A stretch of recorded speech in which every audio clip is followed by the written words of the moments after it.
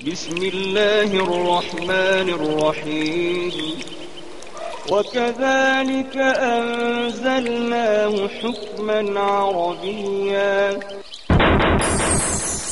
قال رسول الله صلى الله عليه وسلم خيركم من تعلم القرآن وعلمه. اعوذ باللہ من الشیطان الرجیم. بسم اللہ الرحمن الرحیم. یا ایہا الذین آمنوا ان تنصروا اللہ ینصرکم ویثبت اقدامکم. صدق اللہ العظیم. رب اشرح لی صدری ویسر لی امری واحلل عقدۃ من لسانی یفقہوا قولی. آمین یا رب العالمین. میں نے آپ کے سامنے سورہ محمد کی آیت نمبر 7 اس کی تلاوت کی ہے، اور اس آیت کی تلاوت کرنے کا مقصد یہ ہے کہ ہمارا سبق جو چل رہا ہے وہ جملہ شرطیہ کا چل رہا ہے، اور میں نے پچھلے سبق میں آپ کو جملہ شرطیہ کے بارے میں تفصیل سے بتایا تھا کہ جملہ شرطیہ کے 2 اجزاء ہوتے ہیں، ایک شرط کہلاتا ہے اور دوسرا جزا یا جواب شرط کہلاتا ہے، اور پھر شرط اور جزا مل کر یہ جملہ شرطیہ بناتے ہیں. تو یہ جو آیت آپ کے سامنے میں نے تلاوت کی ہے، یا ایھا الذین آمنوا ان تنصروا اللہ، اب اس میں ان آپ کا حرف شرط ہے اور تنصروا اللہ یہ آپ کا شرط ہے. اگر تم اللہ کی مدد کرو گے تو جواب شرط کیا ہے؟ ینصرکم، وہ تمہاری مدد کرے گا، اور ساتھ وَيُثَبِّتْ أَقْدَامَكُمْ، اور تمہارے قدم جما دے گا. اللہ تعالیٰ کی مدد کیسے ہوگی؟ بہرحال قرآن مجید ایک بات کا جواب تو بالکل واضح دیتا ہے کہ لَيَنْصُرَنَّ اللَّهُ مَن يَنْصُرُهُ، اللہ ضرور بالضرور اس کی مدد کرتا ہے، کیا کرے گا؟ جو اس کی مدد کرے گا. پھر سورۃ العنکبوت کی ایک آیت بڑی خوبصورت آیت ہے کہ وَالَّذِينَ جَاهَدُوا فِينَا لَنَهْدِيَنَّهُمْ سُبُلَنَا، بے شک وہ لوگ جو ہمارے راستے میں کوشش کرتے ہیں ہم ان کے لیے اپنے راستے آسان کر دیتے ہیں، ہم انہیں اپنے راستوں کی ہدایت دیتے ہیں، ان کے لیے اپنے راستے کھول دیتے ہیں.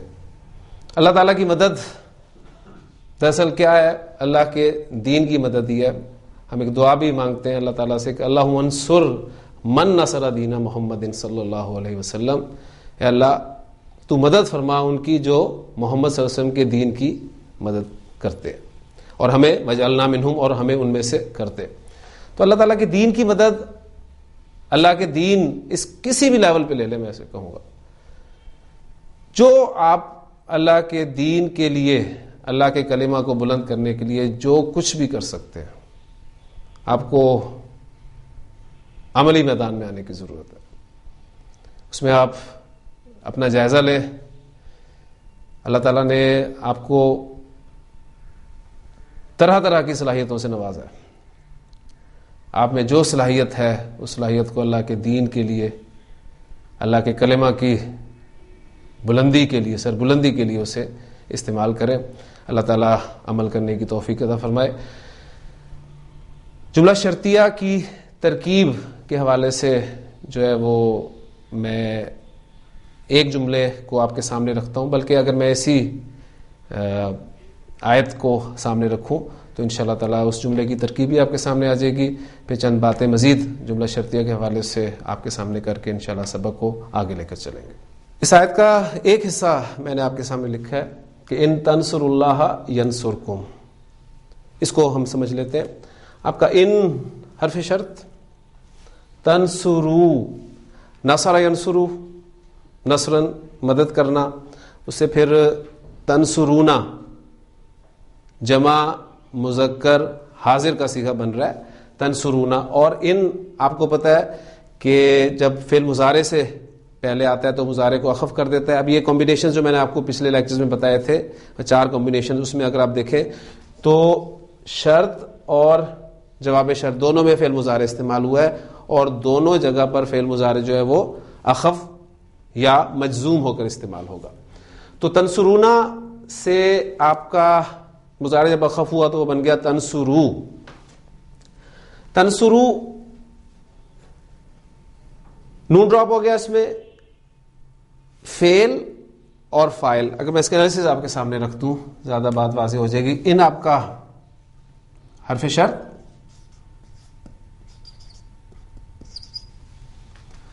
تنصرو فعل با فاعل، اور فاعل اس میں واو ضمیر مرفوع متصل کے منفصل متصل، اور اللہ یہ آپ کا مفعول.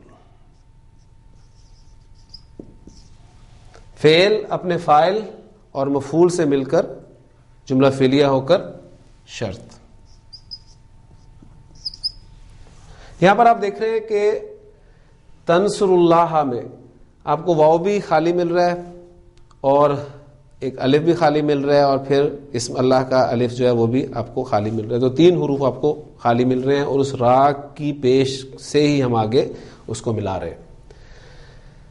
جواب شرط میں ینصرکم، ینصر آپ کا فعل با فاعل،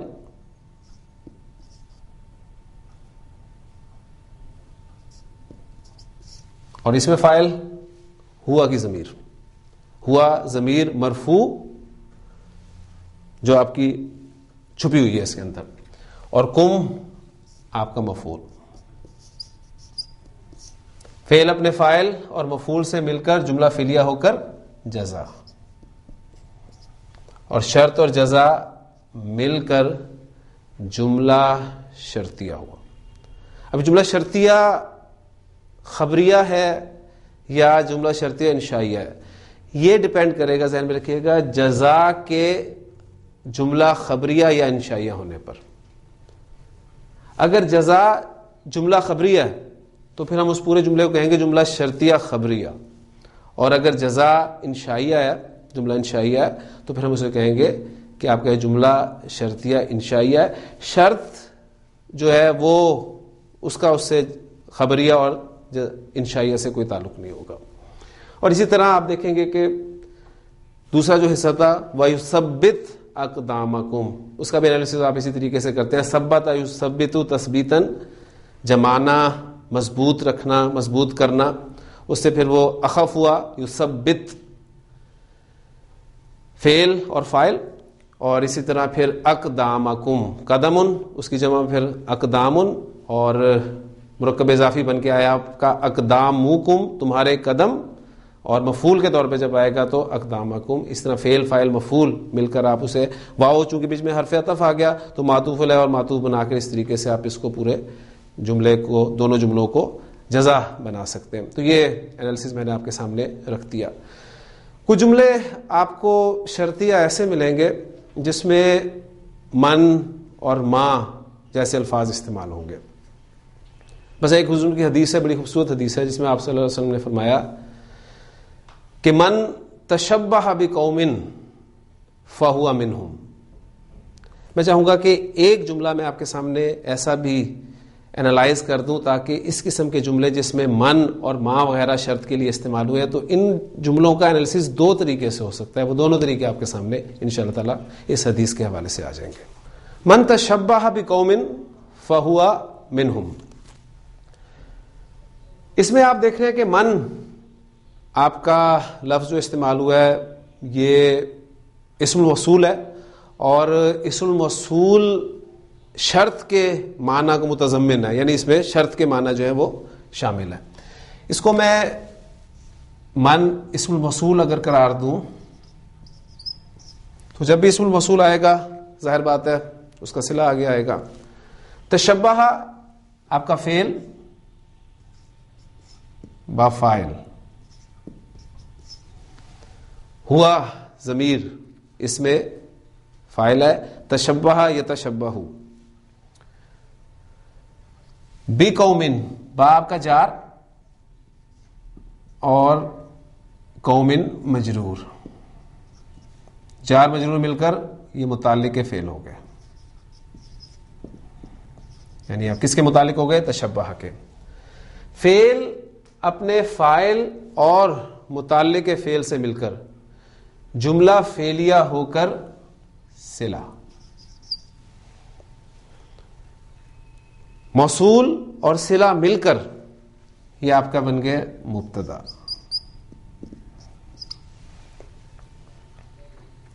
فا جزائیہ،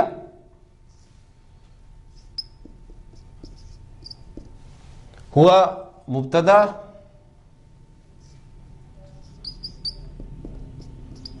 اور منہم آپ کا جار اور مجرور، شبہ جملہ ہو کر خبر. یعنی اس کی خبر، اصل خبر جو ہے وہ محذوف ہے، یہ قائم مقام خبر کے طور پہ ہم نے اسے یہاں پر لیا ہے. مبتدا اور خبر مل کر یہ آپ کا پورا جملہ اسمیہ ہو کر خبر بن گیا، اور یوں آپ کا مبتدا اور خبر مل کر جملہ اسمیہ خبریہ ہو گیا. تو ایک ترکیب کا طریقہ تو یہ ہے. اس قسم کے الفاظ میں آپ دیکھیں گے من تشبہ بقوم، یعنی اس حصے کو آپ نے موصول اور صلے کو ملا کر مبتدا بنا دیا، اور وہ مبتدا جو شرط کے معنی لیے ہوئے ہوتا ہے اس کی خبر پر بھی فا داخل کیا جا سکتا ہے. تو یہ جو فا داخل ہوا ہے آپ دیکھ رہے ہیں کہ یہ اصل میں اس مبتدا کی خبر پر داخل ہوا ہے. عام طور پر خبر پر آپ دیکھتے ہیں کہ فا داخل نہیں ہوتا، لیکن ایسا مبتدا جس میں شرط کے معنی شامل ہوتے ہیں اس پہ آپ اس کی خبر پر فا داخل کر سکتے ہیں. تو ایک ترکیب آپ کے سامنے یہ آ گئی. دوسری اس کی ترکیب جو ہے وہ بالکل اسی پیٹرن پہ ہو سکتی ہے کہ آپ من کو شرطیہ قرار دے دیں، من شرطیہ، جس طرح ہم نے ان کو شرطیہ قرار دیا تھا. ان آپ کا حرف شرط تھا، یہ من آپ کا شرطیہ کہلائے گا، اور من شرطیہ اسے آپ مبتدا بنا لیں. خالی من شرطیہ آپ کا مبتدا، تشبہ بقوم یہ پورا، اب اس کا انالیسس میں دوبارہ آپ کے سامنے نہیں کروں گا. یہ جملہ فعلیہ آپ کا جملہ فعلیہ شرط، جملہ فعلیہ کے شرط. فا جزائیہ، ہوا منہم جملہ اسمیہ ہو کر جزا یا جواب شرط. شرط اور جزا مل کر جملہ شرطیہ ہو کر خبر، اور مبتدا اور خبر مل کر جملہ اسمیہ خبریہ ہو گیا.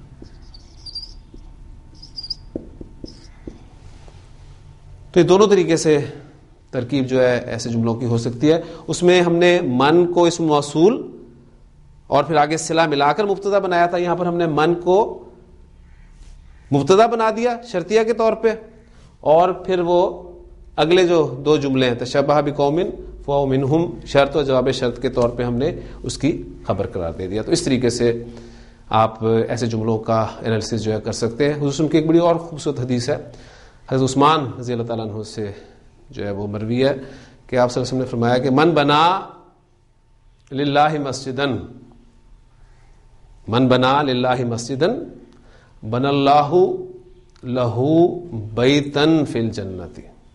مسلم کی روایت ہے کہ من بنا للہ مسجدن بن اللہ لہو بیتن فی الجنت. انالیسز یہ میں آپ پر چھوڑتا ہوں، آپ اس کا انالیسز اسی طریقے سے کریں گے. اس میں جو چند الفاظ اہم استعمال ہوئے ان کے حوالے سے میں آپ کے سامنے کچھ چیزیں رکھنا چاہتا ہوں. بنا بانون یا مادہ، باب ضربہ یضربو سے استعمال ہوتا ہے بنا یبنی بناءن، اس کے معنی ہوتے ہیں بنانا، تعمیر کرنا. مادہ آپ کے سامنے آ گیا، اس سے اسم الفاعل کیا بنے گا؟ فاعلون کے وزن سے ثلاثی مجرد میں آپ کو پتا ہے کہ اسم الفاعل جو ہے وہ فاعلون کے وزن پہ آتا ہے، لہذا یہ بن جائے گا آپ کا بانیون. فعل ناقص، ناقص جائی، اور ناقص جائی کے حوالے سے ہدا یہدی ہادن، وہ پوائنٹ آپ کے ذہن میں آ جانا چاہیے. تو یہ بانیون نہیں بلکہ کیا کہلائے گا؟ بانن، بنانے والا. الف لام داخل کر دیں گے تو وہ یا جو ہے وہ واپس آ جائے گی البانی. بانی ہم اردو میں بھی استعمال کرتے ہیں، بنانے والا. اسم مفعول کیا بنے گا اس مادے سے؟ اسم مفعول آپ کو پتا ہے ثلاثی مجرد میں مفعول کے وزن پہ استعمال ہوتا ہے.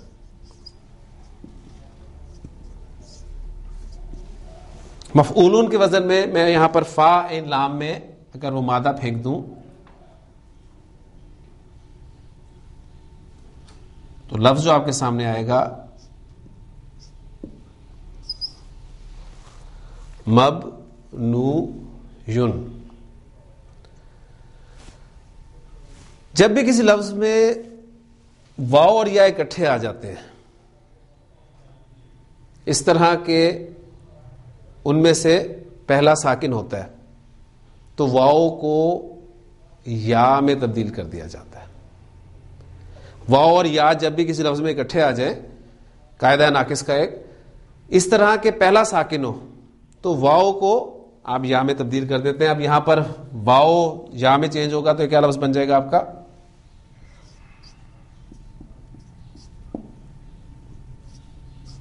یہ یا میں نے سے چینج کر دیا. دوسری یا آپ کے سامنے یہ ہے, یہ شکل بن گئی. اب دو یا ہو گئے, دونوں یا کو مرج کر دیں, ادغام کر دیں.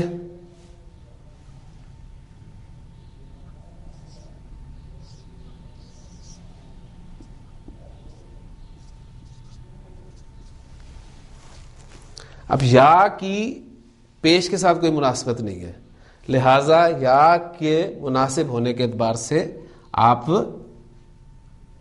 اس نون کو زیر دے دیں تو لفظ آپ کا بن گیا مبنیون.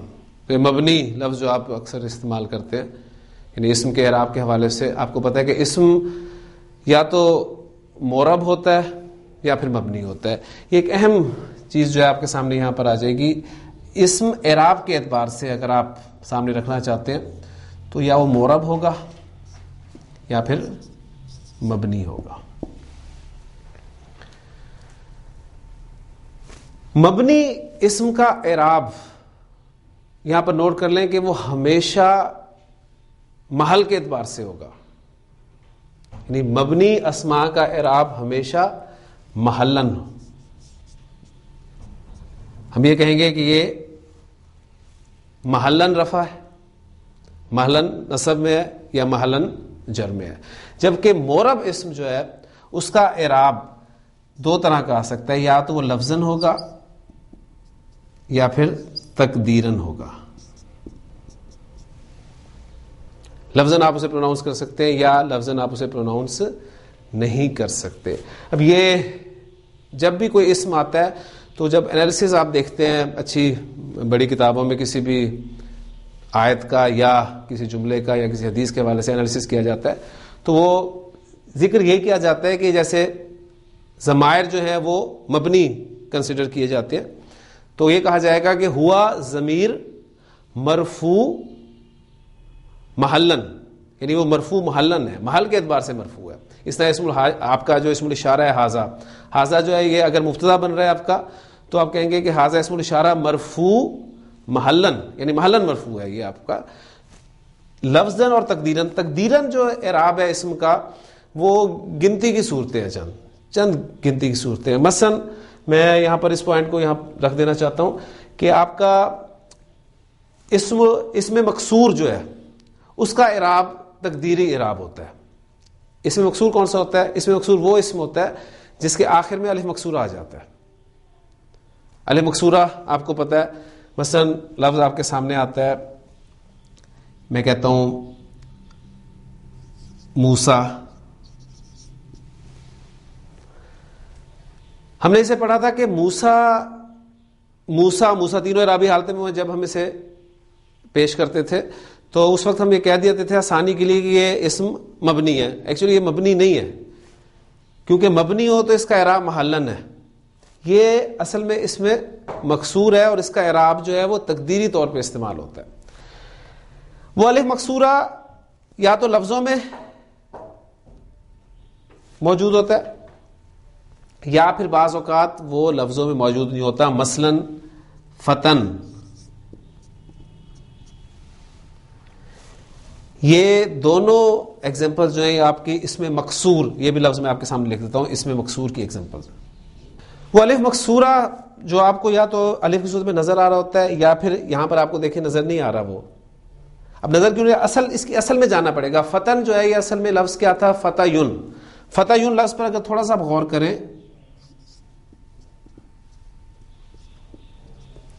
حرف علت حرکت والا پیچھے زبر، جب بھی حرف علت پر حرکت ہو پیچھے زبر ہو تو آپ دیکھتے ہیں کہ وہ الف میں چینج ہو جاتا ہے. تو یہ کیا بن جائے گا؟ فتان. الف میں چینج ہوا، آگے نون ساکن ہے لہذا یہ الف بھی ڈراپ ہو جائے گا اور یہ آپ کا بن جائے گا فتن. اور پھر اس کو آپ کیسے لکھیں گے؟ فتن. تو اس میں مکسور جو ہوتا ہے اس کا اعراب تینوں حالتوں میں، حالت رفع، حالت نصب اور حالت جر، تینوں حالتوں میں تقدیری اعراب ہوتا ہے. یعنی گنتی کے یہ چند اسماء ہیں جن کا اعراب معرب میں تقدیری اعراب ہوتا ہے. یہ تقدیری اعراب اکثر جگہ پر آپ دیکھیں گے کہ آپ کو لکھا ہوا کتابوں میں ملے گا. پھر ایک ہوتا ہے آپ کا اسم منقوص. اسم منقوص جو ہے یہ وہ اسم ہوتا ہے جو یا پر ختم ہوتا ہے، اس یا سے پہلے زیر ہوتی ہے. مثلا آپ دیکھیں القاضی،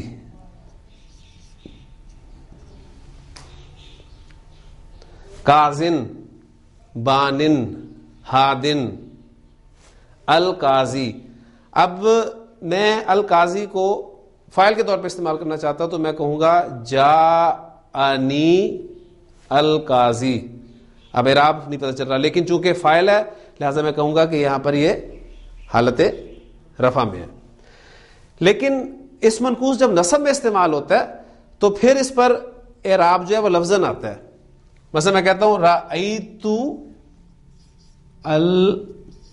القاضیہ. اس منقوص حالت نصب میں آئے گا تو اس کا پھر اعراب تقدیری نہیں ہوگا بلکہ لفظی ہوگا.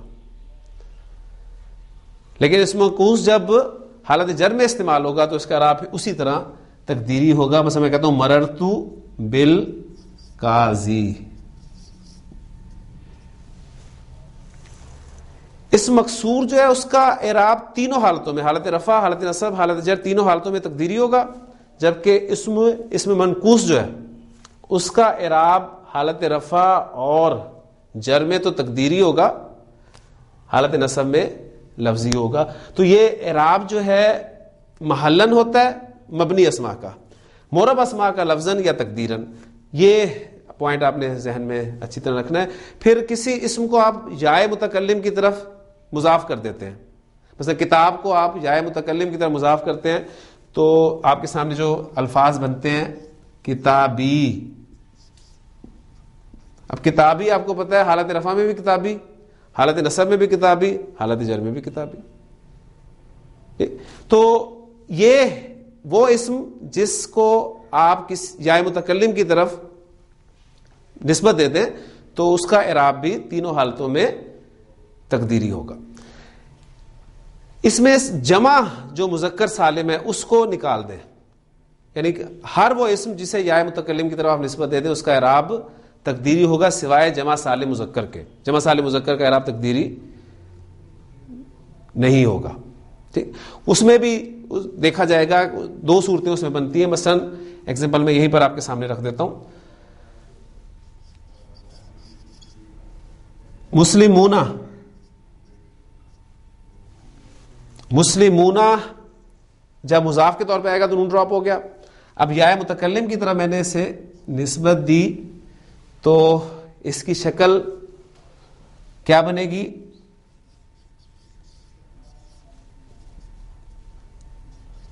دو یا، واو چینج ہو گیا یا میں، دو یا شد آ گئی. یا پر، یا متکلم پر جو دو علامات آ سکتی ہیں، علامت سکون بھی آ سکتی ہے، زبر بھی آ سکتی ہے، وہ میں نے اویل کی. اب اس یا متکلم یعنی اس کی مناسبت سے زیر لگا دی تو یہ بن گیا آپ کا مسلمیہ. حالت رفع میں اعراب تقدیری ہوگا، یعنی واو پر آپ لفظاً اسے پروناؤنس نہیں کر رہے بلکہ تقدیراً اسے پروناؤنس کر رہے. جبکہ حالت نصب اور جر میں مسلمینہ تھا، مسلمینہ میں سے نون ڈراپ ہوتا ہے تو مسلمی یا، اور وہاں پر مسلمیہ، یعنی نصب اور جر بھی اس کی مسلمیہ ہی بنتی ہے، لیکن اس وقت وہاں یا پر آپ چونکہ پروناؤنس کریں لہٰذا وہاں پر اعراب جو ہے وہ اس کا لفظی ہوگا, تقدیری نہیں ہوگا. تو یہ چند جگہیں ہیں صرف, یعنی اگر آپ دیکھیں تو 3 ٹوٹلی جگہیں آپ کے سامنے آئی ہیں جہاں پر کسی بھی اسم کا اعراب جو ہے وہ تقدیری ہوتا ہے.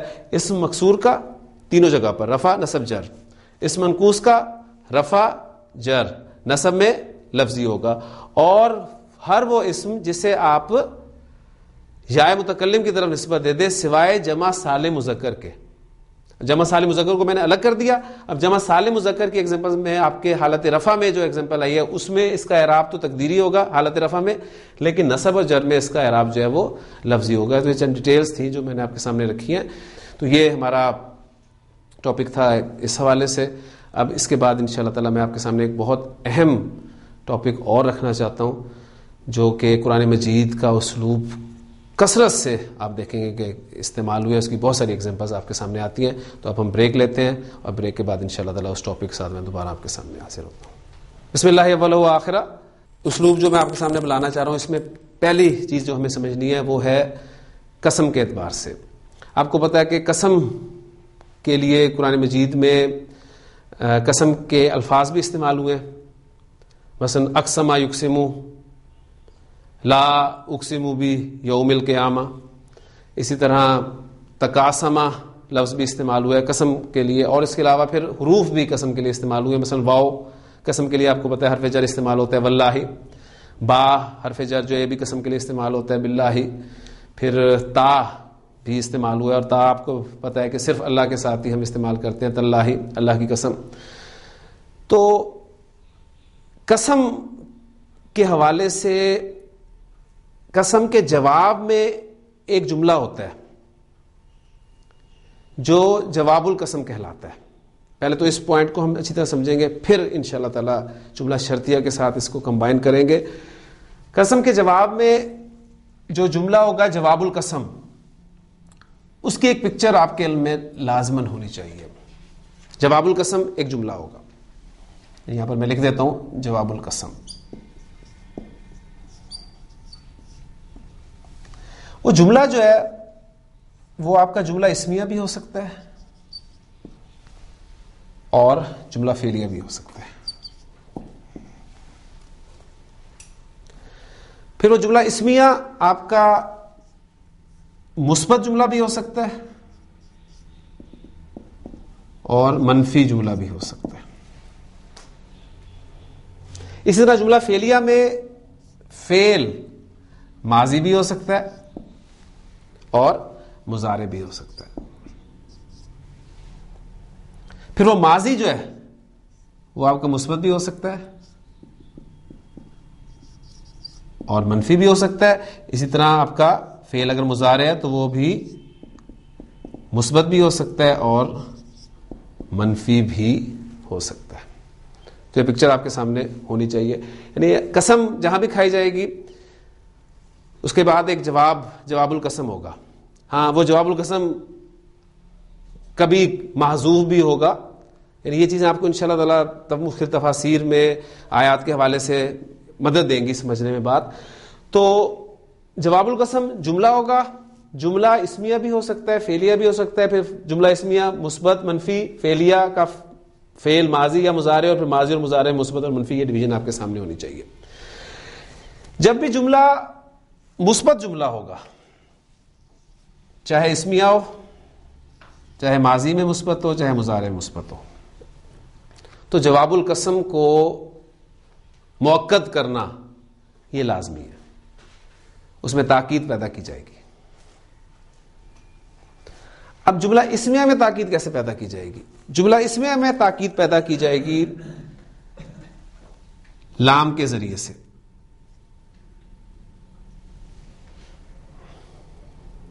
یا لام کی بجائے انا اس کے ذریعے سے, یا پھر لام اور انا یعنی انا اور لام دونوں کے ذریعے سے. سورۃ العصر ایگزامپل سامنے رکھیں. والعصر قسم ہے زمانے کی. ان الانسان لفی خسر. تو وہ جو جواب القسم ہے آپ کا جملہ اسمی ہے, اس میں آپ دیکھیں گے کہ تاکید پیدا کی گئی ہے کس کے ساتھ؟ انا اور لام تاکید دونوں کے ساتھ پیدا کی گئی. یہ لام جو ہے اس کے حوالے سے بھی ایک پوائنٹ میں سامنے آپ کے رکھنا چاہوں گا، بہت اہم پوائنٹ ہے وہ بھی، کہ میں کہتا ہوں انا صادقن، انا صادقن سمپل جملہ آپ کا میں سچا ہوں.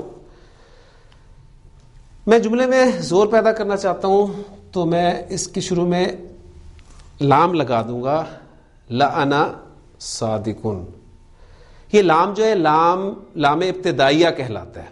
تاکید کے لیے زور پیدا کرنے کے لیے لام استعمال ہوتا ہے، یہ لام ابتدائیہ کہلاتا ہے. اب اسی طرح جو آپ کا جملہ ہے انا صادقن، اس میں تاکید حرف انا کے ذریعے سے بھی پیدا کر سکتا ہوں. آپ کو پتا ہے کہ انا اور یہ لام جو ہے لام ابتدائیہ جسے میں کہہ رہا ہوں، یہ دونوں آپ کے انسٹرومنٹس آف ایمفسس ہیں.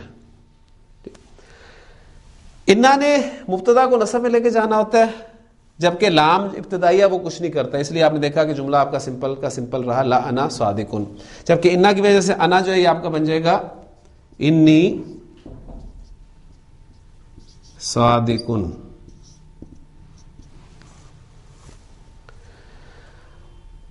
اب آپ جملے میں مزید تاکید جب پیدا کرنا چاہتے ہیں تو انا کے ساتھ آپ لام کو بھی استعمال کر سکتے ہیں، لام ابتدائیہ کو. لیکن انا اور لام ابتدائیہ جو یہ اکٹھے ساتھ نہیں آ سکتے، یہ دونوں اکٹھے نہیں آئیں گے. لہذا اس لام کو پھر آگے ٹرانسفر کر دیا جاتا ہے، جو کہ پھر وہ خبر پر چلا جاتا ہے اور جملہ آپ کا بن جاتا ہے انی لصادقن.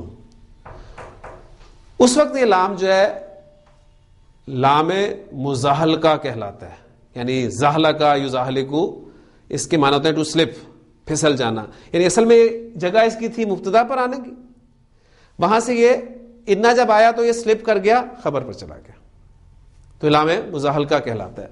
پھر اسی طرح کچھ جملے ایسے ہوتے ہیں جس میں آپ دیکھیں گے کہ جار مجرور سے شروع ہوتے ہیں. مثلا میں آپ کے سامنے لکھتا ہوں ایک جملہ، فل مسجدی رجل، جار مجرور سے شروع ہو رہا ہے، خبر مقدم مبتدا مؤخر. ایسی صورت میں آپ انا لانا چاہتے ہیں تو بہت آسان بات ہے، انا فل مسجدی رجلن، انا کا اسم حالت نصب میں چلا گیا. اب آپ ساتھ لام بھی لانا چاہتے ہیں تو لام نے خبر پر داخل ہونا تھا، لیکن اس صورت میں پھر وہی مسئلہ بن گیا کہ انا کے ساتھ لام ہم ساتھ لا کے نہیں استعمال کر سکتے. لہذا پھر وہ لام جو ہے وہ آپ اس انا کے اسم پر ہی داخل کر دیں گے، انا فی المسجد لرجلا. تو یہ اسلوب بھی قرآن مجید میں آپ کو کثرت سے ملے گا. انا فی ذالک لآیۃ، انا فی ذالک لآیۃ. تو یہ لام جو ہے لام ابتدائی ہے، اس کے مختلف نام بھی میں نے آپ کے سامنے رکھ دیے ہیں. تو مضمون جو چل رہا تھا واپس اس کی طرف آتے ہیں کہ جواب القسم میں جملہ اسمیہ جب مثبت ہوگا تو اس کی تاکید آپ لام کے ساتھ بھی کر سکتے ہیں، انا کے ساتھ بھی کر سکتے ہیں، اور انا اور لام کے ساتھ بھی کر سکتے ہیں. اور ایک ایگزامپل میں نے آپ کو قرآن مجید سے رکھ دی، والعصر ان الانسان لفی خسر. سورہ یوسف میں الفاظ ہیں، حضرت یوسف علیہ السلام کے بھائیوں نے حضرت یعقوب علیہ السلام سے کہا تھا، جب آپ علیہ السلام نے کہا کہ مجھے یوسف کی خوشبو آتی ہے، انی لاجد ریح یوسف لولا ان تفندون. تو اس پہ انہوں نے کہا تھا قالوا تاللہ انکا لفی ضلالک القدیم. تو آپ دیکھیں گے کہ انا اور لام یعنی تاللہ کے جواب میں آپ کو ملے گا کہ اس جملے کو موقت کیا گیا انا اور لام تاکید کے ساتھ. جملہ جواب القسم آپ کا اگر ماضی ہوگا اور مثبت کی بات ہی کریں، کیونکہ منفی میں تاکید کی ضرورت نہیں ہے، مثبت ہوگا تاکید ہوگی، منفی میں تاکید کی ضرورت نہیں ہے. ماضی میں تاکید آپ پیدا کریں گے لام اور قد کے ساتھ.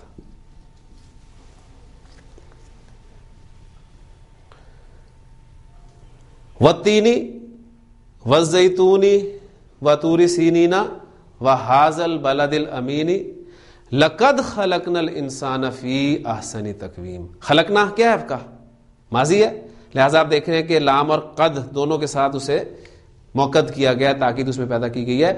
لقد خلقنا الانسان فی احسن تقویم. اسی طرح آپ سورۃ البلد کے الفاظ پہ ذرا غور کریں.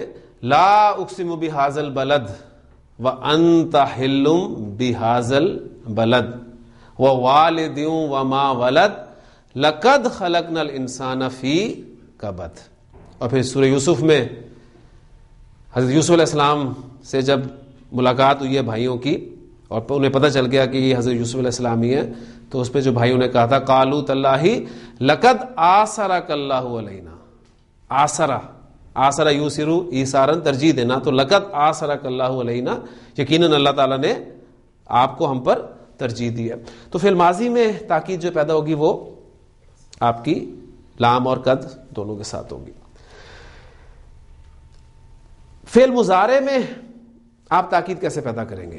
فعل مضارع میں آپ تاکید پیدا کریں گے. یہاں پر ایک بات جو ہے وہ ساتھ اور نوٹ کر لیں گے. فعل مضارع آپ کو پتہ ہے کہ حال کے معنی میں بھی استعمال ہوتا ہے اور مستقبل کے معنی میں بھی استعمال ہوتا ہے.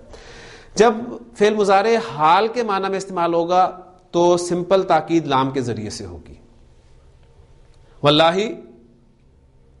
لا احبک، اللہ کی قسم میں تجھ سے محبت کرتا ہوں. احب یحب، تو واللہ لا احبک.